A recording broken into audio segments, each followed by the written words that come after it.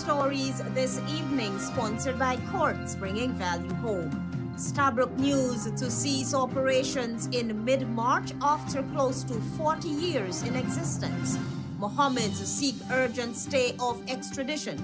MP Duncan calls for thorough investigation into the incomplete HOSORORO Secondary School project in Region 1.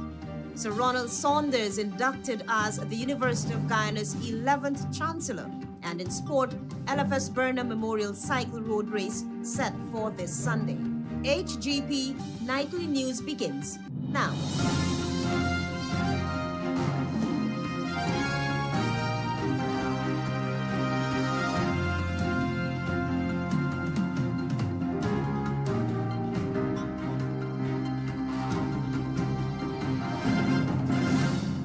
Good evening to our viewers here in Guyana and online. I'm ALETHEA Grant with the Friday 13th February 2026 edition of the HGP Nightly News.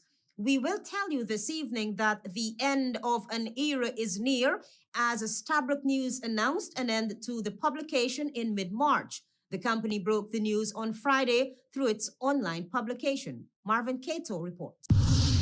In a heartfelt publication, Stabroek News announced on Friday that its operation will cease in March. The company stated that, quote-unquote, the decision to close Stabroek News has been extraordinarily difficult and painful. The board of directors indicated that they were guided by events that took place many years ago and by others of more recent vintage. The publication further stated that Stabroek News was born in a media environment very different to the one that exists in Guyana today.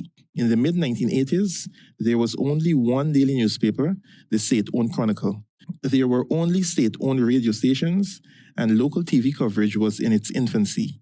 That has since changed. In a note of defiance, they stated that the newspaper endured a period when advertisements from state-owned companies, a significant source of revenue, were withheld, a rather crude attempt to muzzle the free press.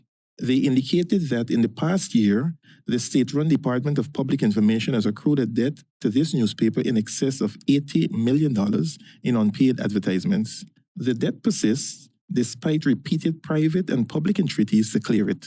This tactic could equally be construed as an attempt to starve the company of its operating funds, the publication noted. Though other factors are also taken into consideration for the decision, the entity noted that in its entirety, their history is one of triumph. For 40 years, Stabroek News beat the odds, economic, political, and cultural, every single day. They were blessed to publish an independent daily newspaper in a country where conditions conspired against any form of daily product, doubly so against any form of independence. While the company has never been driven by a concern about profit, it must function as a business, and any business needs to continually diversify and adapt and to seek alternative sources of income. They informed that they have faced significant obstacles and have repeatedly sought and been refused a radio license. Although they operated a TV subsidiary for a few decades, they stated their main local competitors enjoyed significant privileges.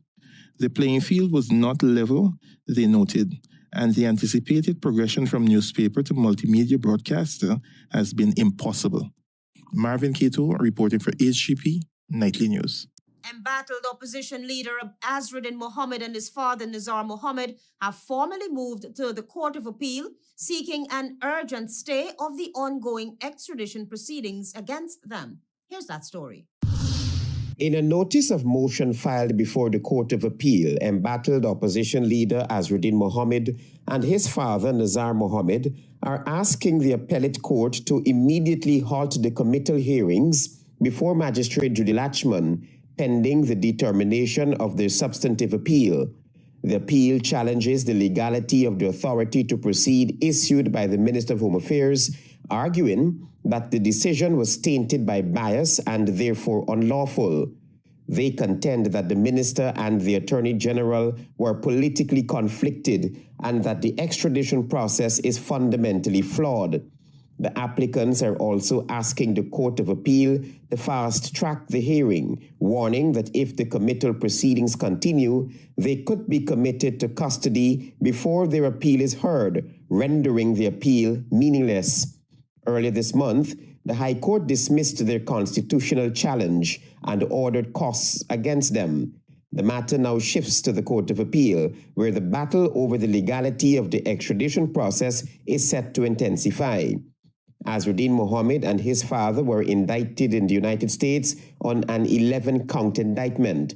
The charges include conspiracy to commit mail and wire fraud, wire fraud, and conspiracy to commit money laundering. Travis Chase, HGP Nightly News. Amid a bombshell allegation made by a Jamaican contractor once attached to the HOSORORO Secondary School's construction project in Region 1, Member of Parliament DUNCAN is calling for a thorough investigation into the claims made. Here again is Marvin Cato. On Thursday, explosive allegations of fraud and corruption made its rounds on social media as Jamaican contractor Jackson Evans, who was terminated from the HOSORORO Secondary School project in Region 1, recounted his experiences on the project. Amidst these allegations, Member of Parliament DUNCAN, who represents the Partnership for National Unity, has since called for an investigation to be launched by law enforcement and the Auditor General's office. These claims, if substantiated, raise serious governance and integrity concerns, including potential abuse of office. The MP said claims of improper demands for money linked to procurement processes, non-payment for variations in supplies, alleged intimidation are two damning allegations to be left unchecked. The authorities, he said, have been given more than enough reasons for a criminal probe. It is important to note that the contractor has indicated that he has a communications matrix for the project that entails all documents, photographs, and messages in a dossier that could be accessed to support his allegations.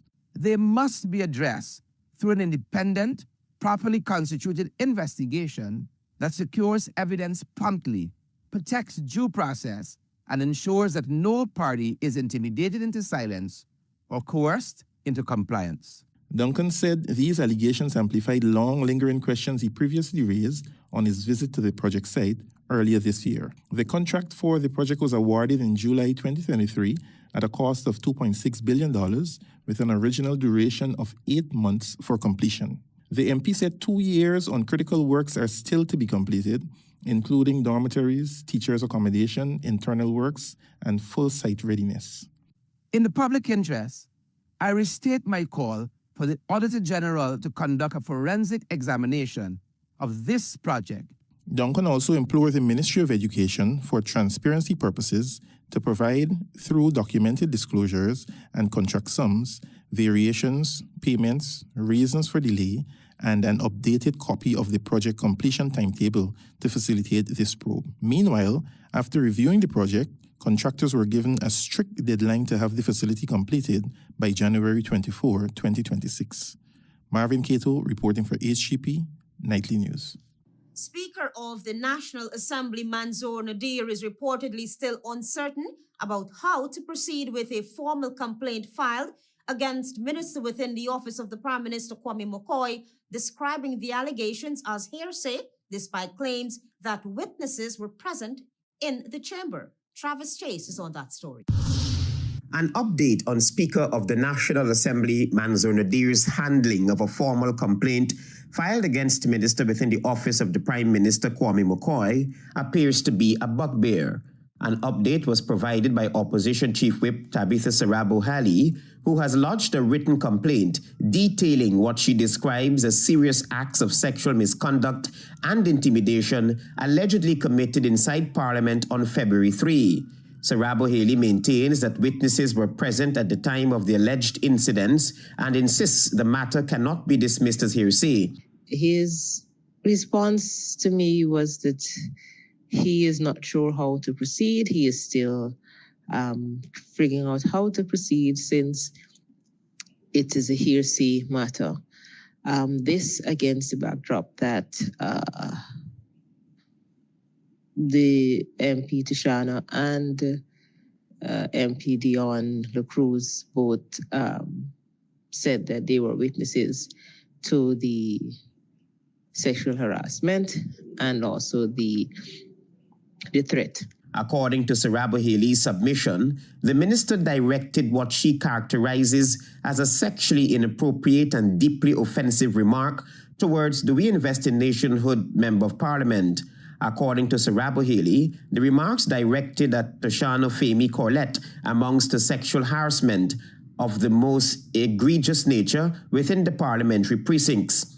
The complaint further alleges that the minister also confronted Win MP Dion Lacruz, pointing in his face and issuing what was interpreted as a warning of personal retaliation.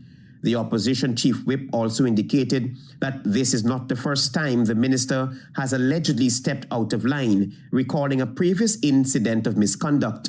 If you would recall, when I spoke to the speaker and let him know that Kwame actually assaulted me, he physically hit me in my face. At that point, they were witnesses. The police came in and nothing came of the matter. Because apparently the witnesses were not, I don't know what they felt about the witnesses. Now, with the speaker reportedly undecided on the way forward, Saraba Haley says she is considering what options remain available should no formal action be taken under the standing orders or applicable codes of conduct. And I expect nothing to come out of the matter here as well. I cannot say at this point what other actions will be taken. I will speak again with the speaker tomorrow before the sitting is over to get from him whether or not he has made a determination as how he will proceed on the issue. And based on his response tomorrow, then we will have to make a determination on how we proceed. The complaint has placed renewed focus on standards of behavior within Parliament, particularly regarding the treatment of women in public office, and has intensified calls for accountability and transparency at the highest level of governance. Travis Chase, HGP Nightly News. Join us after the break. We have more news for you. Celebrate with us at Courts. We have what you need at the biggest season sale. Save with great deals and huge savings on select items store-wide. Get unbeatable values on TVs, new arrivals in furniture. Save on select bedroom sets, large appliances, free gifts, and much more. Shop now, pay later. Get huge savings this season, only at Courts. Bringing value home. Offers end February 28th, 2026. Conditions apply. Welcome to SNL Electrical Inc., where lighting and electrical needs are met with expertise and style. From the latest in electrical lamps to durable cables, circuit breakers, panels, we have it all. Illuminate your space with our elegant chandeliers, stunning crystal lights, and versatile pole lights. Looking to upgrade your comfort? Explore top-of-the-line AC units and our diverse selections of stylish styles. Visit us at 170-180 Thomas Street, Kitty, Georgetown. Discover a solution that not only lights up your world but transforms it. Call us on telephone number 226-3018 or 223-1634. SNL Electrical Inc., powering your life with elegance, quality, and care. HOSORORO establishment. No job is too small or too large. We specialize in all types of fabricating machinery, excavator repairs, rice field pumps, and hydraulic hoses. Visit us at Lot 113, Block CC, Manripo, East Coast, and Marara, or call 220-9624-629-4021 or 619-7880. At HOSORORO establishment, no job is too small or too large.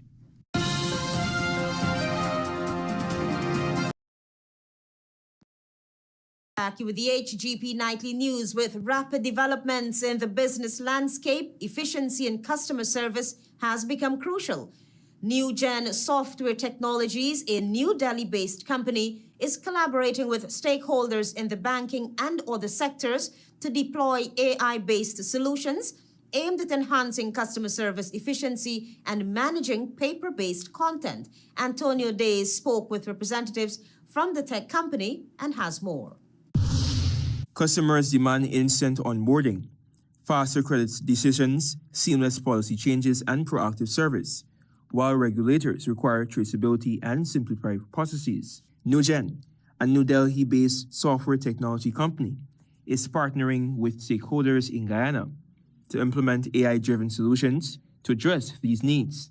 Manesh Dugar, head of customer relations at NewGen Software, in an exclusive interview with Nightly News says, the challenge now is leveraging advanced artificial intelligence for faster, scalable decision-making with trust. We are here to talk about how AI decisioning can help enterprise take decisions at speed, scalability with trust. You would have seen AI has evolved and now organizations are leveraging the technology to the next level to make decisions which are trusted and which can be explainable. Dugar explains that NewGen envisions revolutionizing customer experiences through decision intelligence in collaboration with local enterprises and government agencies.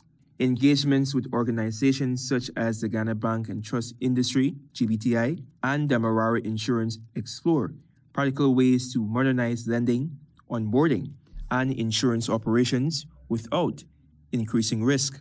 Leaders gain peer perspectives on embracing AI, automation, and customer-centric strategies amid complex regulatory demands, Dugar added. Meanwhile, Sean Gurcharan, CEO of GBTI, said that NewGen's presence in Guyana aligns perfectly with the bank's recently launched digital account opening platform, offering customers secure, paperless onboarding and instant access to digital banking. AI presents a unique opportunity for us to leapfrog a lot of stages of development, leverage those capabilities, and to be able to have great efficiencies, greater output in a very short period of time. Gurcharan noted that many customers traditionally less tech-savvy have embraced GBTI's digital banking platform. The population is definitely warm to it, and they like the fact of being able to do it in the comfort of their own home. And with the technology embedded the way it has, it's fairly straight through. And I'm assuming with this launch, of course, it's going to reduce the long lines that we see. It will. Yeah, lines is a complaint across the banking sector in Guyana. Antonio Day reporting for the HGP Nightly News. Sir Ronald Saunders was inducted as the 11th Chancellor of the University of Guyana at the George Walker Theatre. Antonio Day reports. Guyanese Sir Ronald Saunders was on Friday inducted as the University of Guyana's 11th Chancellor at the George Walker Lecture Theatre in Turkine. In his remarks, Sir Saunders expressed profound gratitude at being afforded such an opportunity to serve at this level of Ghana's premier tertiary institution.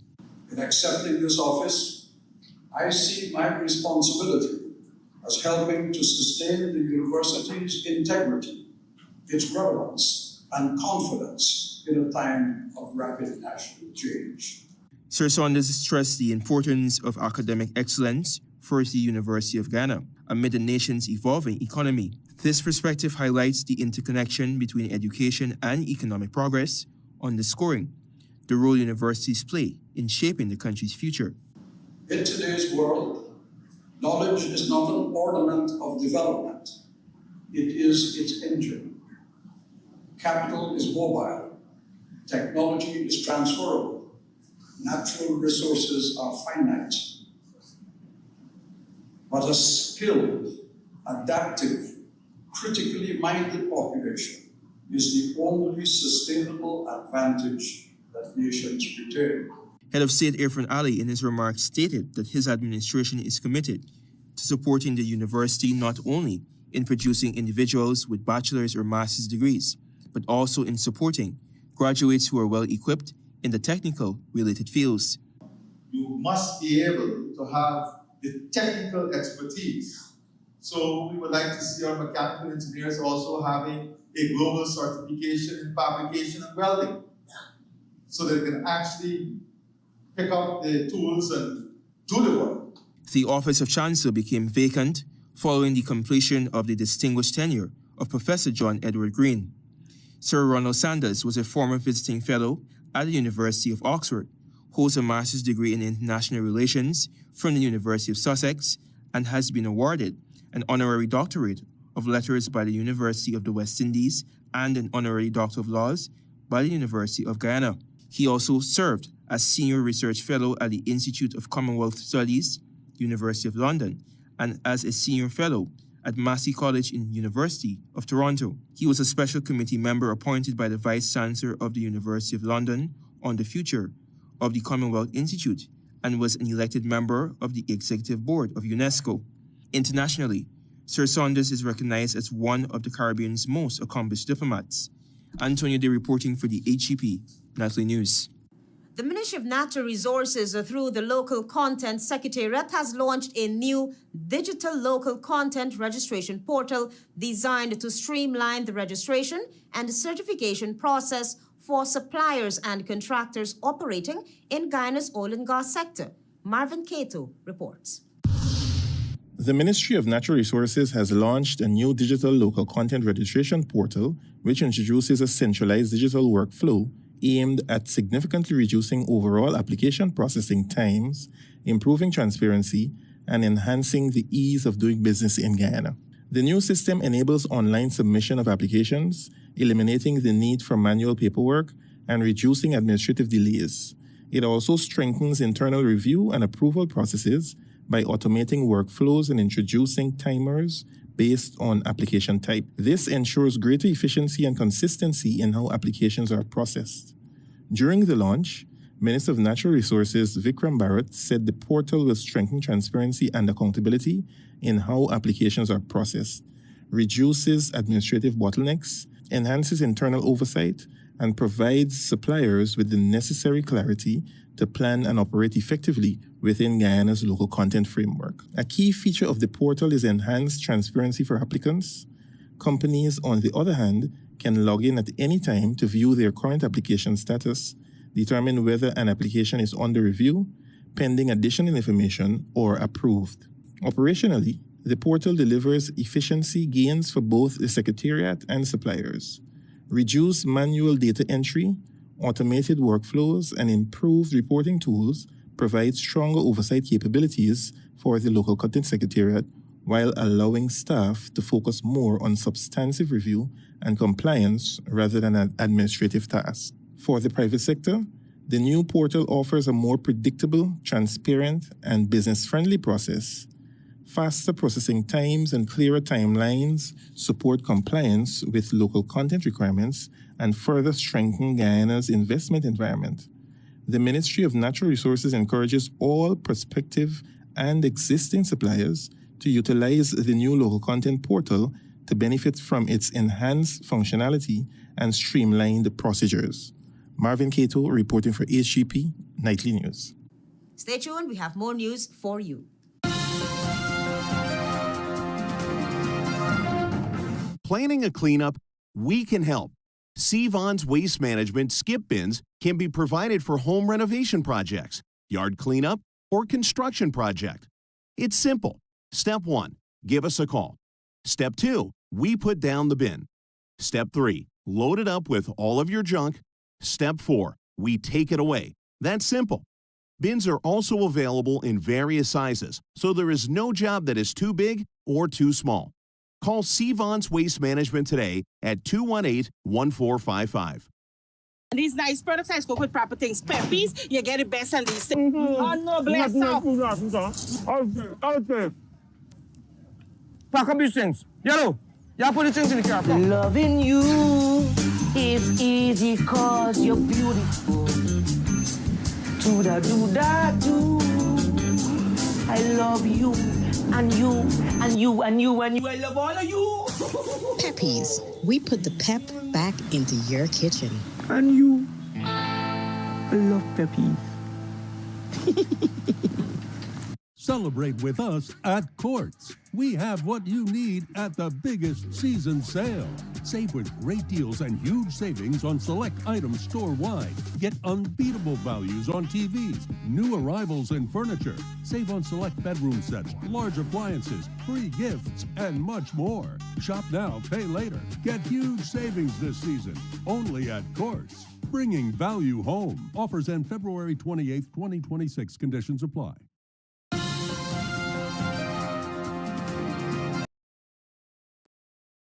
Back, you're still with the HGP Nightly News. February is Black History Month, and in celebration, Nightly News will shed light on a dynamic Guyanese business coach, educator, philanthropist, and renowned international wedding events planner, Dr. Joy Agnes. Antonio Day sat down with this phenomenal woman and filed this report. As a mother of two sons, teacher, reverent, and dedicated humanitarian, Dr. Joy Agnes has spent much of her life giving back to those who are underprivileged.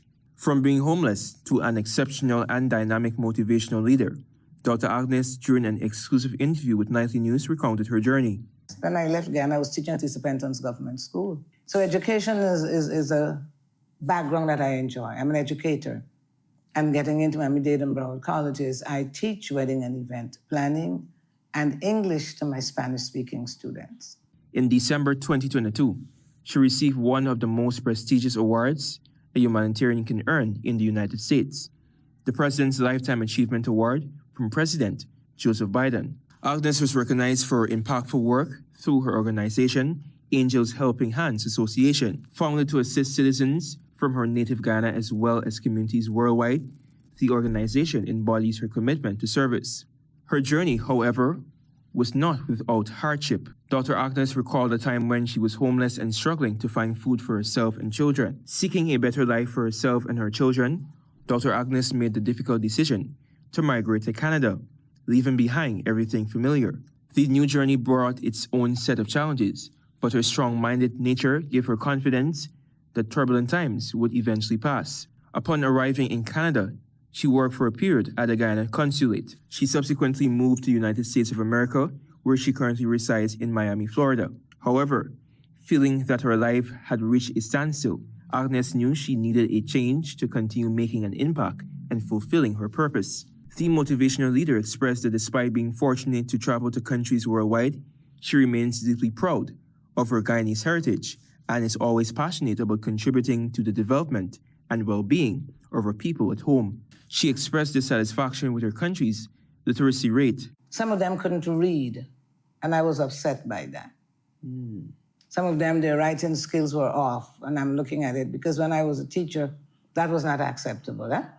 So it piqued my interest, and as Mahatma Gandhi say, if you have a problem, fix it.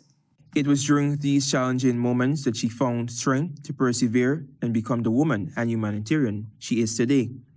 Agnes stated that she does not believe in condemning her birthplace, but instead chooses to be a catalyst for meaningful change by collaborating with individuals whose goals and visions aligns with hers. How do we attend to our needs of those that are less fortunate educationally? And I'm not talking right now about the financial part of it. I am talking specifically from the overall standpoint of knowing there's a lack there. Should we walk away from it or should we fix it? We should fix it. I think we should fix it. Agnes, in examination of the Guyanese surroundings, noted that citizens must take pride in the sustenance of their environment. The renowned international wedding events planner, who will be approaching 70, looks forward to collaborating with stakeholders in the tourism industry and various enterprises within the consortium to enhance standardization and efficiency in customer service ethics. Last month, the Joy Agnes International hosted a one-day leadership and professional growth conference at the World Trade Center, held on the theme Reshaping Your Mindset for Success. The conference brought together professionals, entrepreneurs, and aspiring leaders for a day of reflection, motivation, and practical learning aimed at strengthening personal and professional development. I am Antonio Day reporting for the HGP Nightly News, and happy Black History Month to everyone. Stay tuned for regional news.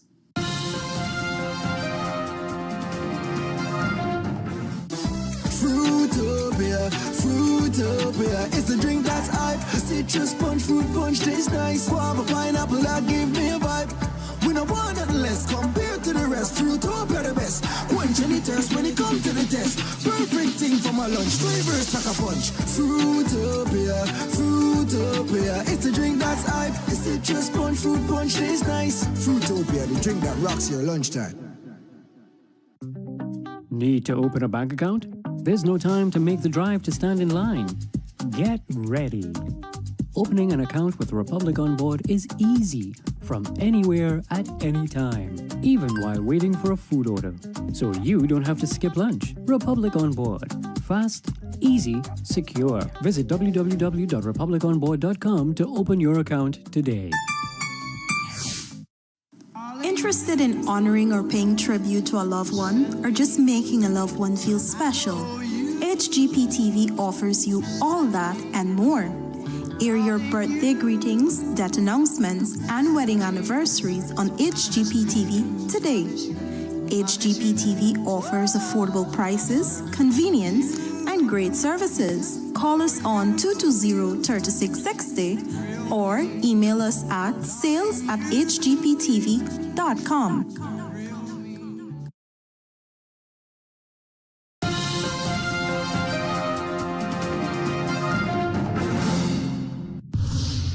Good evening and welcome to Friday's edition of the Regional News. I'm Antonio Day.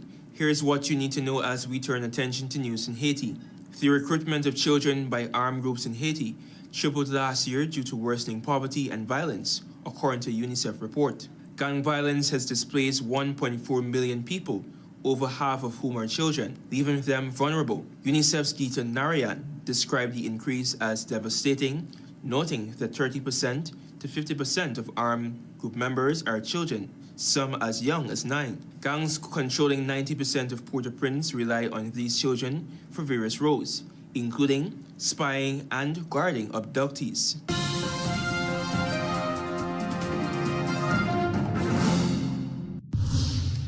Over to news in Barbados. A 3-member CARICOM Elections Observer mission pledged to address concerns about the final voters list integrity ahead of its release, but emphasized it cannot interfere within the election process. Mission Chief Ian Hughes stated that while addressing missing names is within their remit, the team will only make recommendations. The final register is set to be completed on Friday and issued on Saturday, according to Chief Electoral Officer Sherlyn Turton and EBC Chairman Raymond Allen.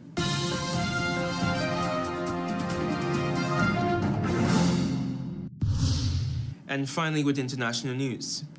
On February 12, the Trump administration repealed a finding that greenhouse gas emissions threaten human health and eliminated federal tailpipe emissions standards, marking it most extensive climate policy rollback to date. Administrator Lee Zeldin has directed EPA to stop protecting the American people from the pollution that is causing worse storms, floods, and skyrocketing insurance costs, said EDF President Fred Krupp.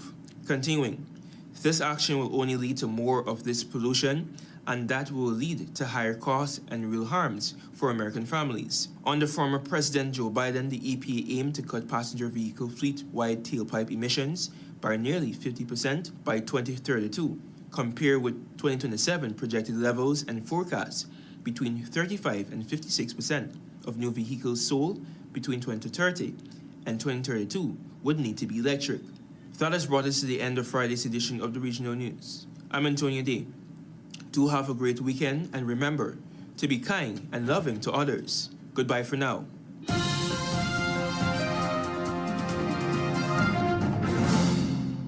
Let's now join Delwyn Neblett for HGP's Sports Pulse.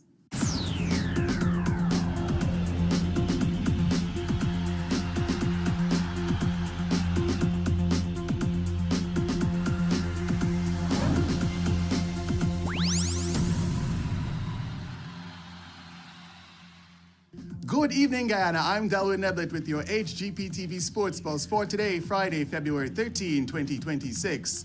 We begin tonight with football. Action begins in the 2026 Ghana Football Federation Elite League Cup with 2 fixtures at the National Training Center in Providence on Saturday. Commencing at 18 hours 30, match number 1 will feature the Ghana Defence Force FC versus the Fruta Conquerors FC, while match number 2 features the Ghana Police Force FC versus the NAMCEL FC. Moving into squash, 3 emerging Guyanese talents are set to represent the nation at the Junior South American Squash Championships from February 16 to 21st in Paraguay. Ethan and Egan Bulkan will compete in the under-15 category as Emily Fangafat features in the under-17 category. 14-year-old Egan and 15-year-old Emily will also feature in the under-19 mixed doubles category.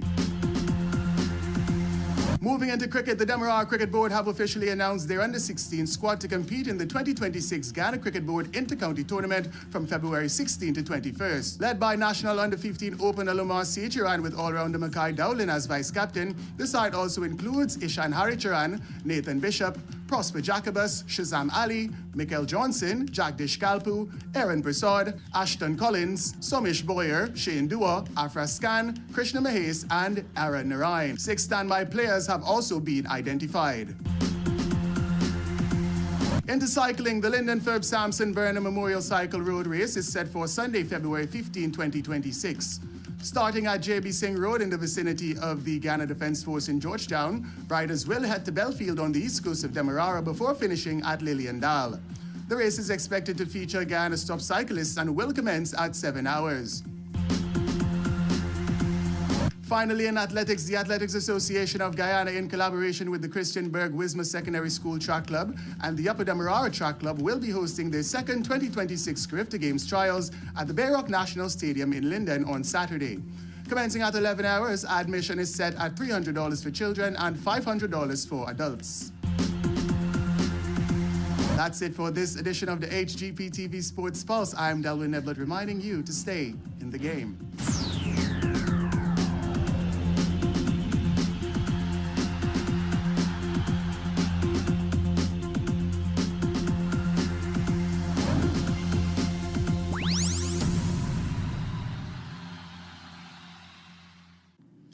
Stabroek News to cease operations in mid-March after close to 40 years in operation. MOHAMEDS seek urgent stay of extradition. MP Duncan calls for a thorough investigation into the incomplete HOSORORO Secondary School project in Region 1. Sir Ronald Saunders inducted as the University of Guyana's 11th Chancellor. And in sport, L.F.S. Burnham Memorial Cycle Road Race set for this Sunday. Those are our major headlines. For these stories and more, please go to our website. It's www.hgptv.com. I'm Aletha Grant. Thanks for watching.